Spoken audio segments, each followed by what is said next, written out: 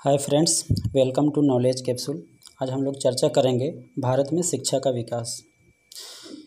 हालांकि भारत सदियों से विश्व गुरु रहा है। यहाँ पे वर्ल्ड लेवल के यूनिवर्सिटी हुआ करते थे, जैसे नालंदा एवं विक्रमशिला विश्वविद्यालय।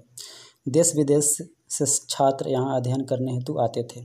लेकिन आधुनिक काल के दौरान हमारी शिक्षा व्यवस्था विश्व की शिक्षा व्यवस्था से काफ़ी पिछड़ गई, और जब अंग्रेज़ों का शासन यहाँ पे स्थापित हुआ तो ब्रिटिश ईस्ट इंडिया कंपनी के अधीन तथा क्राउन के शासन के अधीन यहाँ पे शिक्षा में बहुत सारे परिवर्तन किए गए। इन्हीं के मद्देनज़र आइए हम चर्चा करते हैं वो क्या क्या क्षेत्र थे जहाँ पे शिक्षा में सुधार किए गए। 1781 में जो पहला जो अंग्रेज़ों का कदम था शिक्षा में सुधार हेतु, वो 1781 में हुआ, और वारेन हेस्टिंग्सन ने कलकत्ता में मदरसा की स्थापना की। उसके तुरंत 10 सालों बाद में जोनाथन डंकन के प्रयासों से बनारस में संस्कृत कॉलेज की स्थापना की। संस्कृत कॉलेज के स्थापना के पीछे था हिंदू दर्शन और विधि का अध्ययन करना। उसके बाद में 1800 ईस्वी में लॉर्ड वेलेस्ली द्वारा फोर्ट विलियम कॉलेज की स्थापना की गई। इसके बाद में आते हैं हम 1813 का चार्टर एक्ट। ये बहुत ही महत्वपूर्ण है, क्योंकि पहली बार देश में शिक्षा के लिए अलग से बजट की व्यवस्था की गई। 1 लाख रुपए की राशि स्वीकृत की गई शिक्षा के लिए इस समय। उसके बाद में 1817 में हिंदी कॉलेज की स्थापना की गई। राजा राम मोहन राय के प्रयासों से हिंदू कॉलेज की स्थापना की गई, और इसका जो माध्यम था, पढ़ाने का माध्यम, वो अंग्रेजी था।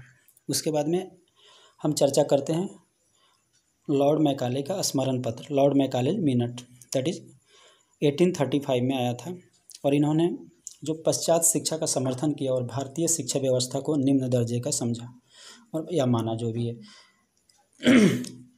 इसके तहत अंग्रेजी माध्यम के स्कूलों एवं कॉलेजों की स्थापना की गई, और इसके तहत सरकार की यह योजना थी कि हम भारत में ऐसे भारतीय तैयार करेंगे जो रंग और रूप में तो भारतीय हो, लेकिन विचारों में अंग्रेज हो।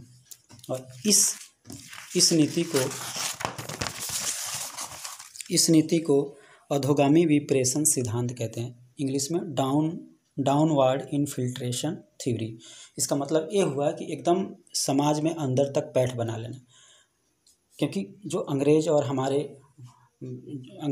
बीच काफ़ी असमानताएं थी, जैसे खान पान, रहन सहन, भाषा बोली, जो भी है, बहुत सारे डिफरेंसेस थे। तो जब शिक्षा के माध्यम से वो एक ऐसे वर्ग को पैदा कर लेंगे जो कि फराटेदार इंग्लिश बोलता हो और उसके साथ साथ उनके विचार भी अंग्रेज़ों से मिलते हों, तो शासन व्यवस्था को संभालना, इतने बड़े देश को संभालना कोई बड़ी बात नहीं होगी।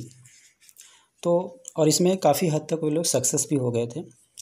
उसके बाद में हम चर्चा करते हैं चार्ल्स वुड का डिस्पैच, जो कि 1854 में आया, और इसको भारतीय शिक्षा का मैग्ना कार्टा कहते हैं। मैग्ना कार्टा का मतलब ये होता है कि कोई भी इम्पोर्टेंट चीज़ होती है, कोई भी घटना इम्पोर्टेंट घटता है तो उसको हम मैग्ना कार्टा कहते हैं।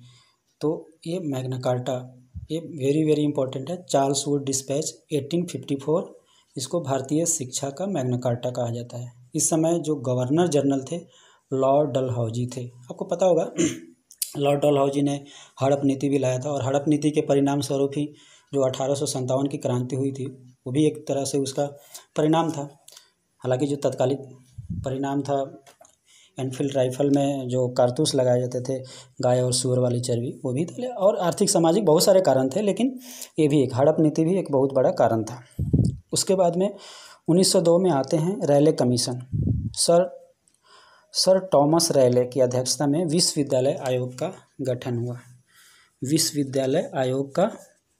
हुआ, और इस समय जो वाइस राय थे लॉर्ड कर्जन। हाँ, और एक चीज़ है दोस्तों, अभी जैसे मैं अभी वाइस राय बोल रहा हूँ, उसके पहले इसमें गवर्नर जनरल लॉर्ड डलहौजी बोला। इसमें अंतर क्या है? एक्चुअली ऐसा हुआ, जब 1857 की क्रांति हुई, उसके बाद में 1858 में जो भारत का शासन व्यवस्था था डायरेक्ट क्राउन के अधीन चला गया। उसके बाद में जो गवर्नर जनरल का पद है वो वाइस राय कहलाने लगा। इस तरह से जो अंतिम गवर्नर जनरल हुए वो हुए लॉर्ड कैनिंग। लॉर्ड कैनिंग को अंतिम गवर्नर जनरल एवं प्रथम वायसराय बोला जाता है। मतलब कि अंतिम गवर्नर जनरल भी वही थे और प्रथम वायसराय भी लॉर्ड कैनिंग ही थे। अब फिर हम अपने विषय पर चर्चा करते हैं, विश्वविद्यालय आयोग का। इस समय वायसराय लॉर्ड कर्जन थे और जो विश्वविद्यालय आयोग था इसकी जो सिफारिशें थी वो निम्न थी। जैसे आपको पता होगा 19वीं शताब्दी के अंत से ही बहुत सारी क्रांतिकारी गतिविधियाँ बढ़ गई थी और सरकार का कहीं ना कहीं मानना था जो विश्वविद्यालय हैं वही क्रांतिकारी गतिविधियों के केंद्र हैं। एक तरह से वे विश्वविद्यालय क्रांतिकारियों को पैदा करने का अड्डा बन गया था।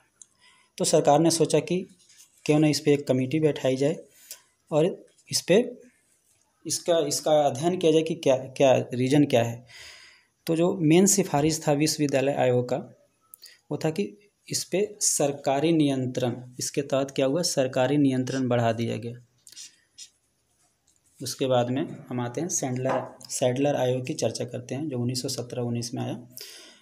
इसने जो बोला, जो महत्वपूर्ण बातें हैं, 12 वर्षीय स्कूली शिक्षा और माध्यमिक शिक्षा के बाद, मतलब कि 12 साल की स्कूली शिक्षा के बाद में उसके बाद में स्नातक की शिक्षा की व्यवस्था की जाए। अब आते हैं हम हार्टोग समिति 1929 की। इन्होंने जो हार्टोग समिति की महत्वपूर्ण बातें वो है कि प्राथमिक शिक्षा में सुधार की बात की गई, प्राथमिक शिक्षा में सुधार की बात कही गई और स्नातक के लिए मतलब उच्च शिक्षा के लिए केवल प्रतिभाशाली विद्यार्थियों को ही आगे भेजने का प्रावधान किया गया। इसके बाद सार्जेंट योजना आया, शिक्षा का सार्जेंट योजना 1944 में आया। इसमें इसकी जो मुख्य बातें थी, 6 से 11 वर्ष के बच्चों के लिए निःशुल्क शिक्षा की बात कही गई। 6 से 11 वर्ष के बच्चों के लिए निःशुल्क शिक्षा की बात कही गई। तो चलिए दोस्तों, आज इतना ही। अगले वीडियो में यह जारी रहेगा, भारत में शिक्षा का विस्तार कैसे हुआ। थैंक यू दोस्तों।